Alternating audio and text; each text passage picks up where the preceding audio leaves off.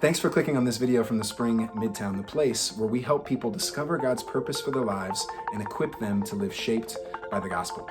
In order to make sure you don't miss any more content from the Spring, be sure to like and subscribe to our channel, and also check out our Facebook and Instagram pages to stay up to date on everything that we're doing here in Phoenix, Arizona. We hope to connect with you soon. Enjoy the video.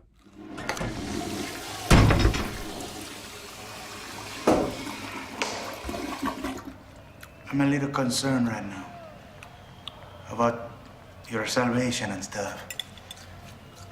How come you have not been baptized? Because I never got around to it, okay?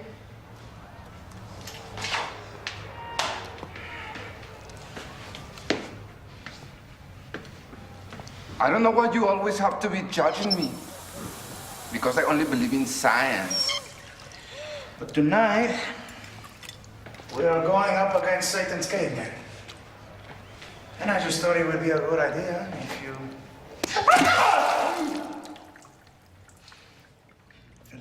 I don't know why you always have to judge me because I believe in science.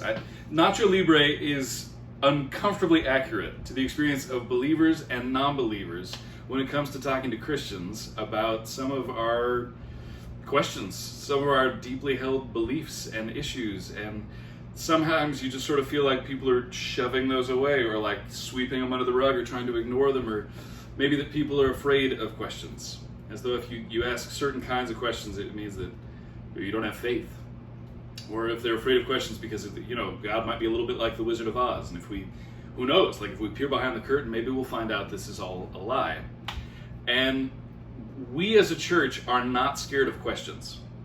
In fact, we're pretty comfortable with the fact that people have questions, that we don't know the answers to all questions, but we do think that Christianity holds up to scrutiny, which isn't the same thing as saying you can prove it beyond a shadow of a doubt to people. But we do think that there are answers even for really difficult, really skeptical, really cynical questions that you may not like, but those answers exist. And so we thought we would have a series for you and for me, for those of us who are skeptics and doubters and still want to believe. And we're going to call this series Reconstructing. And the reason we're calling it Reconstructing, honestly, or Constructing, I suppose, for those of you who I know are still wondering if you can believe in Jesus. But we just know that there's some folks who've been in a place of kind of deconstructing some bad ideas, some unhelpful things that they learned maybe growing up in certain religious traditions or households, and they still really want to believe in Jesus. They're just sort of trying to make it through some intellectual barriers. And so we're going to have a series of sermons where we talk about some of those barriers that people have when it comes to believing in Jesus, in the hope, right, that we would allow people to doubt, but also that we would doubt our doubts. I think it's good to be an equal opportunity doubter.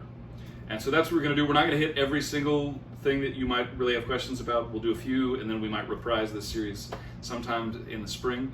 But today, the first thing we're going to deal with is this question. I have a friend who thinks that science disproves faith. I have a friend who thinks that science disproves faith. Would you turn with me to in a Bible to Psalm 104. Psalm 104, it should be roughly in the middle of your Bible. And it's a long psalm, but it's a good one. We're going to read the whole thing, and it's a prayer and a poem.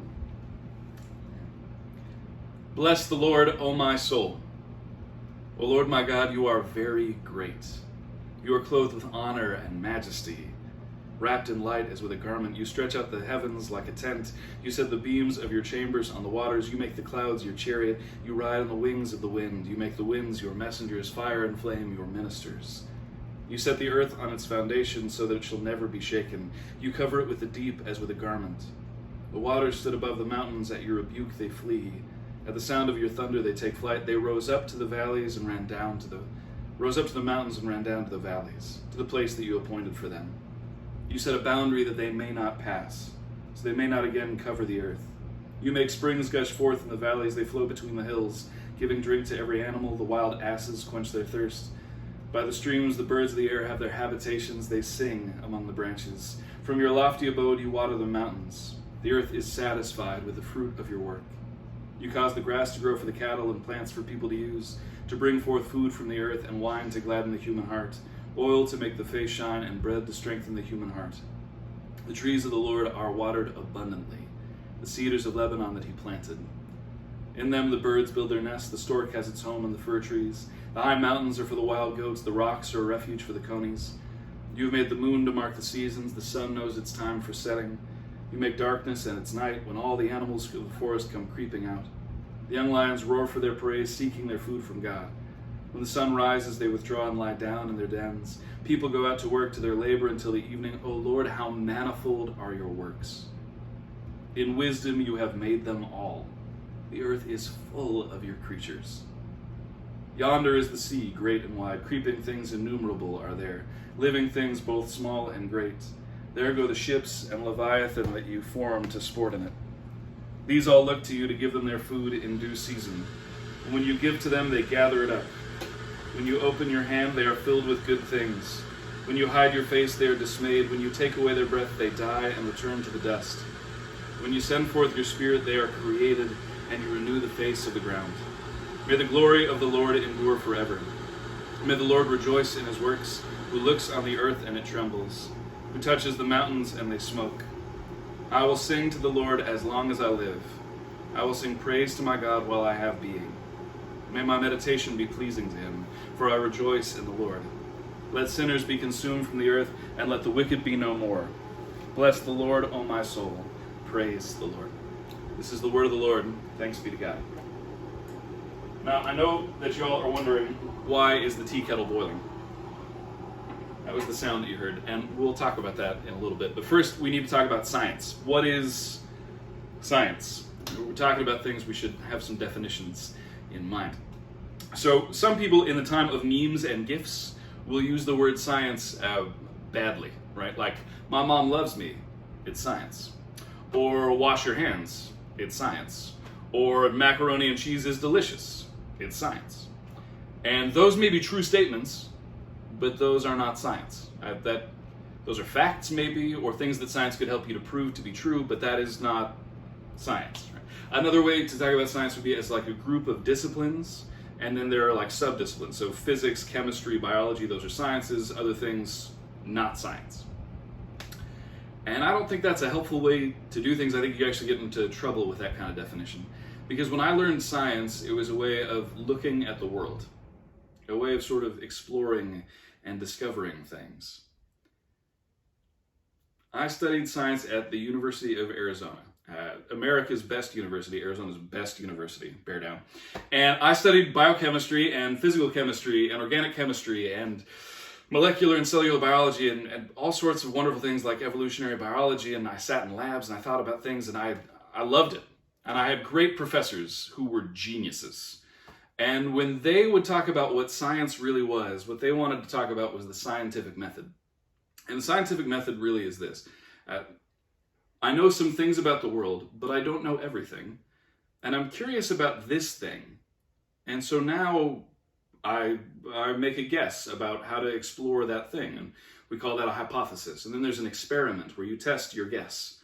And then you look at the data and really try to evaluate whether or not you did a good experiment. And then in the end, you come to some kind of conclusion about your hypothesis, and then that feeds back, and you do this again and again and again and again. It becomes this sort of endless spiral of exploration and discovery.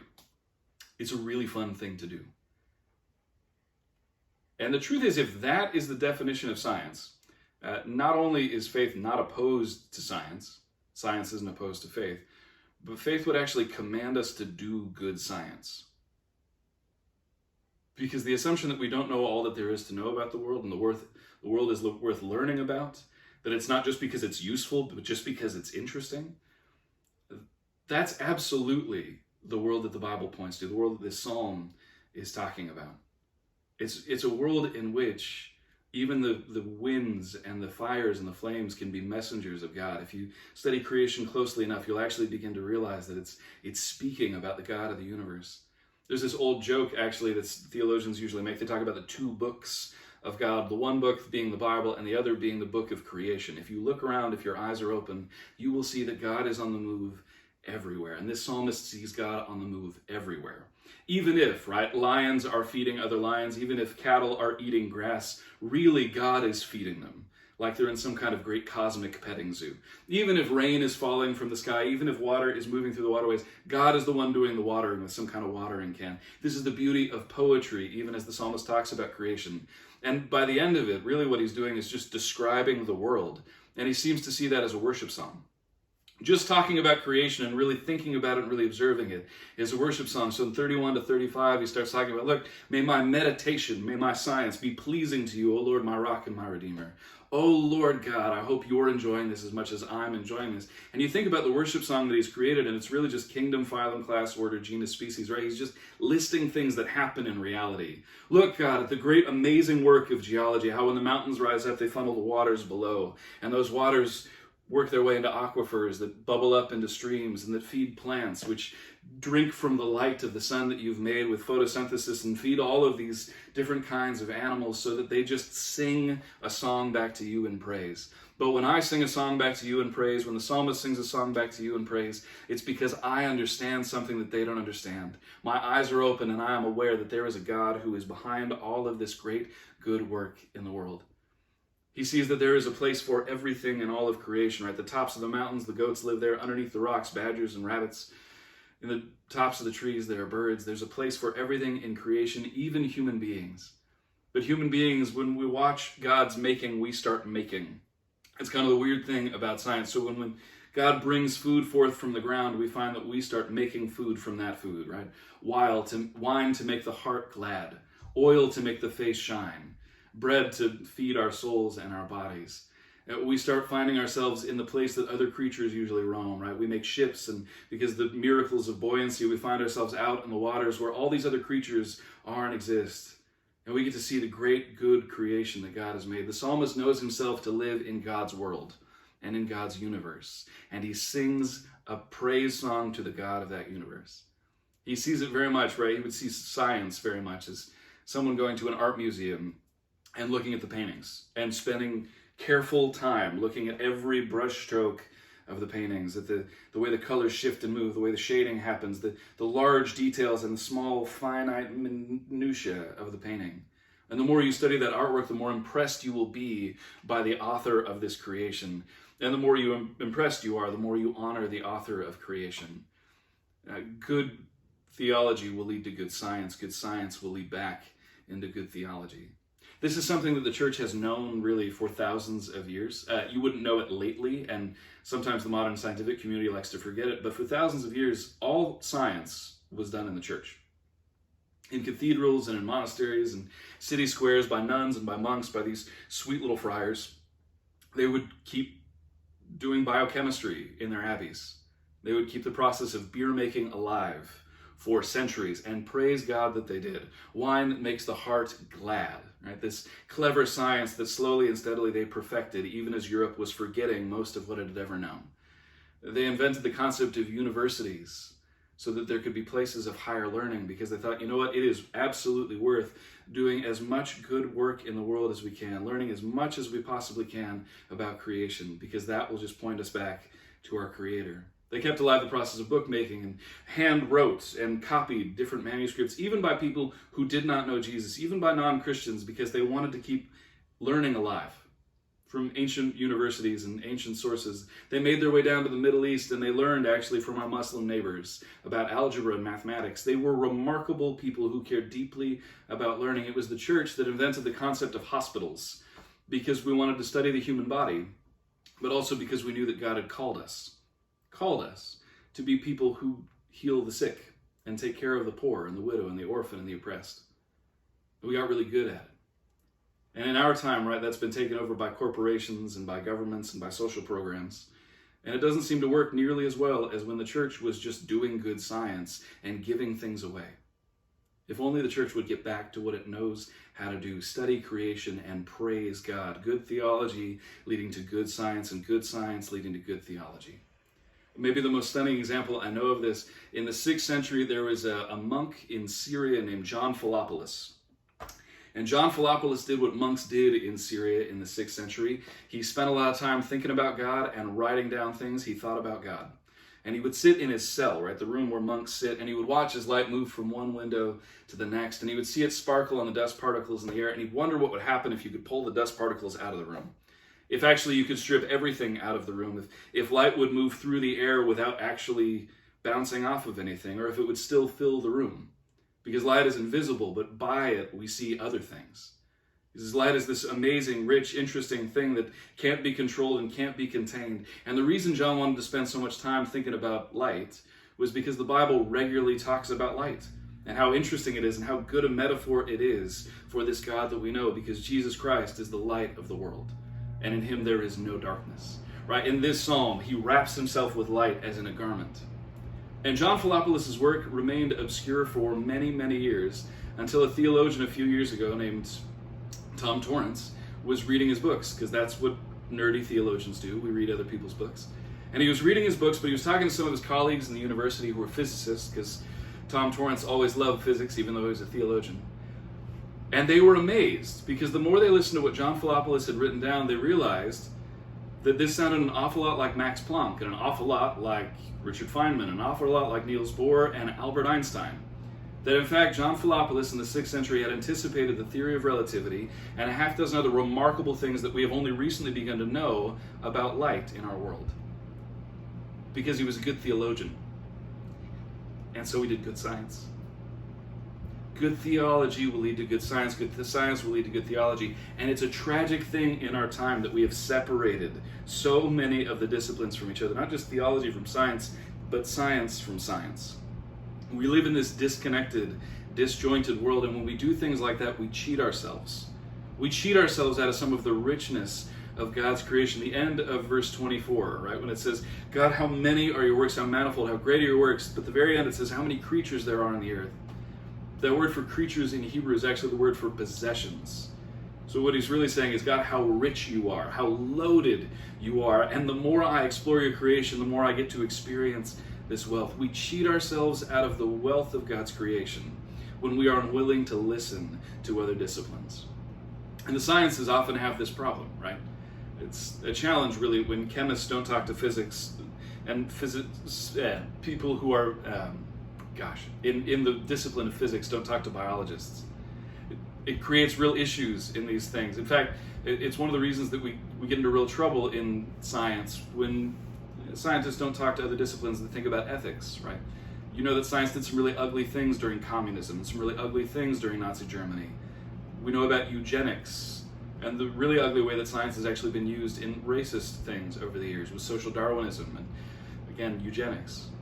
And science actually needs some other disciplines to speak into it. And one of the challenges we have right in our time is we talk about global warming and climate change and these sorts of things. And the church goes, that's not our problem, that's a political problem, or that's somebody else's thing, or we get kind of wrapped up in a political conversation and we stop thinking about how God made the world and that we actually care about creation, that we're called to be stewards of it. And when we stop doing that, we give up something that we are actually called to do, but we're giving up a seat at the table with the sciences. And actually, there are certain scientists who are advancing global warming and climate change at the same time other people are talking about how we need to get rid of global warming and climate change. It's science and technology that actually causes this problem, and it's science and technology that we say will solve the problem. And this disconnect is really problematic, and again, I think we keep cheating ourselves. There's a theologian named James Mays who talks about this and says, when we talk to one another about the world, our usual perspective is different. We view it in different identities that we assume: scientist, developer, economist, artist, sportsman, and others. We think of it in terms of the values and the purposes that belong to these identities. So we see it in fragments. We imagine ourselves autonomous, distinct from the world, different from its creatures, disposing of it and them, not accountable to any transcendent person. And we are learning slowly that we damage ourselves, that we live in alienation from that to which we belong, and we threaten the future of life. But we can't break out of this perspective of our current identities unless we learn to speak to God about the world. And this can only be done in the language of praise. Until we begin to see creation as a unity, until we begin to see that it was made by someone, we will always struggle to articulate why we value creation, why it's a bad thing that things might be destroyed. If the world in which we live is only the product of random forces, if there is nothing beyond the world in which we live, then it's really difficult to talk about why this world matters. If there is no author, no artist behind it, it's hard to speak of this as a work of art, even though the sciences frequently talk about it as a work of art. They'll speak about the laws of nature, the laws of physics. They'll notice these strange kind of symmetries in the world in which we live. The fact that second-order differential equations often can describe the beauties and the symmetry of certain living creatures. The fact when you look up into the stars, you can see a rhythm and a music in the stars. There were other times in the history of the world where the sciences and the theologians got together, and the astronomers would talk about how beautiful the universe was, and the theologians would say, "Praise God." The psalmist manages to hold these two things together, and as a result has a better view of creation than you and I are able to do in our time, because it's so fragmented. Let's stop cheating ourselves out of the gifts of science, and let's try to convince our scientist friends that we see what they have as a gift, and they need to understand the giver. The challenge, of course, is that sometimes, right, we know where the disconnect comes from. It comes from back from the scientific method thing that I was talking about before, right? What counts as truth? That's a real challenge. Because in the scientific community, sometimes the only thing that counts as truth is the things that can be measured during those experiments. Things that you can see, things that you can weigh, things that have mass or volume or force or acceleration, those sorts of things. That's all that counts as truth. And there are occasionally moments when you can chat with folks and they'll say, well, it's really just that this world is all that there is. This material existence is all that there is. And you can call that metaphysical naturalism, or you can talk about that as pure materialism, or you could just say the Big Bang Theory or the theory of evolution. And the church often reacts against this, because that's no longer science as a way of thinking. That's science as a kind of belief. That's science as a kind of faith. And it's not surprising that the church has a problem with that, and that people instinctively react against that. Because even people who don't necessarily believe in God have a real problem with the idea that this world is all that there is. That the only things that measure are things that count. Because, well, I have loving relationships in my life. I have people I really care about in my life. I enjoy a sunset. I think that there's something more than just pleasing notes when I play a melody on a piano. I think there's such a thing as music. I don't think this is a quirk of my biology or a trick of my brain or evolution. I think there's something more to this world than what I can see or touch with my hands. And so the church reacts really strongly against things that the scientific community is pretty comfortable with, like the theory of evolution. And I think we need to be careful with that. And I have no interest in convincing you to believe in the theory of evolution today. It's not important to me at all. There are young earth creationists, there are old earth creationists, there are creationism experts and intelligent design folks. And I think the only caution I would offer you is this: be very careful about using science to try and disprove science. That won't work very well with people who actually understand science. And I would also say that you want to remember that this is your interpretation of the Bible. You may think it's right, but it's still an interpretation of the Bible. And so if somebody manages to poke holes in it or tear it apart, the only thing that happened is they've proved you wrong. They haven't necessarily proved the Bible wrong. They've just destroyed your interpretation of the Bible. But for those of you who are wondering how we can deal with the theory of evolution, how we can like the book of Genesis, it's worth paying attention to that Genesis, when it talks about God making the world in 6 days, doesn't seem to be operating under the rules of normal time. Right? There are 3 days without the sun. What does a day mean when there is no sun, if it's not orbiting there? Like, what kind of time period is that? The book of Genesis, when it talks about creation, is not usually signaling to us, well, I am a science textbook. You should read me as though I were a science textbook. Believe me when I tell you I have read science textbooks. I'm very grateful that the Bible is not a science textbook. It's much more interesting than that. In fact, a lot of the time the book of Genesis does what Psalm 104 does, which it signals to us that it's intended to be understood as poetry. So Psalm 104 is literally the longest account of creation outside of Genesis 1 and 2. So if you want to think about creation in the Bible, you're going to have to think about Psalm 104. And the way that Psalm 104 talks about the world clearly in poetic language, it also assumes that God made the world. And not just that God wound up the world and let it go and that the world works without God, but that God is continually creating in the world. That God is not leaving the world to its own devices, that God is still engaged in history, still engaged in creating and sustaining, that without God, if God at any point withdrew from the world, we would all return to dust and cease to exist. The Bible offers a more complicated picture at times than we might like to admit about the way the world works and how God creates in the world. And so I think there's a level of humility that might be good before a book like Genesis or before Psalms like 104. That we might say, God is the one who's in control of creation, and I'm not sure I understand everything. I'm not sure I'm actually smart enough to explain exactly how it was created. And that's not to say that I can then dismiss all of science. It's just to say to my friends in the scientific community, look, I have a humility before the God of the universe. I'm not him. I don't know how he did it. I'm comfortable if you say that this looks like this is how it happened. That's fine. I just don't think you're answering the ultimate question. And I think you're trying to make me play by the rules of your game, where I have to explain everything. And the truth is, the purely secular scientist has to explain everything. I don't. The purely secular scientist has to explain why there's a math problem with the theory of evolution. There's a huge math problem. It happens way too fast if everything's just random.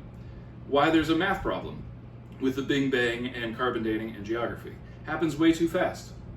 It just does. Now, that's not to say that, right, that we have a God of the gaps. It's just to say that there's a real problem if we're going to understand this world only on the terms that this is all that there is.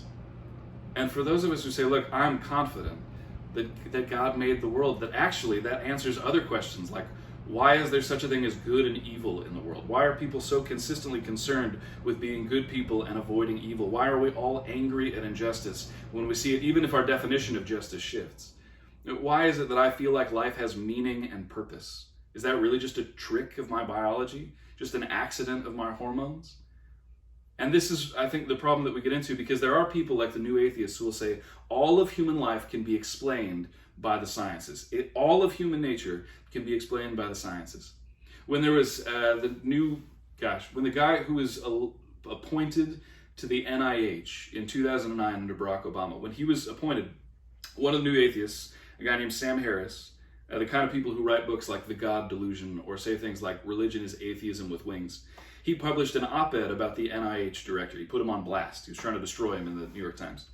He said, as someone who believes that our understanding of human nature can be derived from neuroscience, psychology, cognitive science, behavioral economics, among others, I'm troubled by Dr. Collins' line of thinking.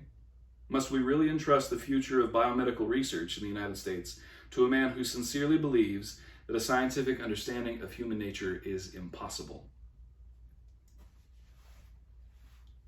And that is a sentiment that we hear sometimes from folks who would say that they're an atheist or they don't really believe in Jesus. This strange sentence that all of human behavior can be explained by the sciences, that there is no world beyond this world. And the person he's talking about, Dr. Francis Collins, is a scientist, and a good one. He's somebody who has a PhD in quantum chemistry. He got a medical degree from North Carolina after the PhD. He has made many contributions to both medicine and the sciences. He's really won award after award after award. He's done amazing work at the NIH in the last 11 years. But the reason Sam Harris has a problem with him is he became a Christian. That's the problem. Really, it has more to do with bigotry and prejudice than it does with the fact that Francis Collins is a bad scientist. Francis Collins is an amazing scientist, honestly. And what he would say is, long after his medical degree, not because he grew up in a Christian family, because he didn't, but just on the evidence, just because of the scientific method, he was starting to think about those big human questions. Does life have meaning and purpose? Is there a God? Does my life matter? What happens after death? And he started really thinking about those questions, really investigating them, and coming up with a guess, and then really exploring it, and coming to conclusion, and repeating the process again and again. He tried all the religions of the world, and he found that Christianity just made sense to him. He's a deeply committed Christian, and he would say, in the 41 years that I have been a Christian, I have never seen anything in my science that would make me believe the scriptures are untrue. And I say that as somebody who is deeply committed to the scriptures, and someone who's so committed to scientific research that unless you prove it to me, I will not believe your data. It's tragic, he says, that in our time in schools we're teaching children that you have to pick one or the other, when these two things really work very well together. And this kind of leads us back to the original question, right? Why is the tea kettle boiling? Well, one answer is that a series of gases are combusting at a particular rate in a particular place called a power plant, right? That we're burning fossil fuels, and those are pumping pistons and turning turbines and generating electricity. That this is also happening hydrologically at dams at very far distances, that all of this power is being funneled through a series of transformers over a series of wires, basically according to Coulomb's law and the Faraday principle, to make sure that the amplitude and the voltage are balanced so that we don't lose a variety of different energies through the wires as they come to our houses. When they come to our houses, the modulation goes back, and so suddenly we have 110 volts coming through this particular outlet that goes to this particular device, which again uses Coulomb's law and the Faraday principle and a variety of other different mechanics and magnetism, basically to generate joule energy. And that joule energy begins to excite the particles within this thing, the hydrogen, the oxygen, and that reaches 100 degrees Celsius and a particular degree Fahrenheit. According to PV equals nRT, and we're using pressure and temperature and volume and all these things to create water that boils. And another answer is that I wanted tea.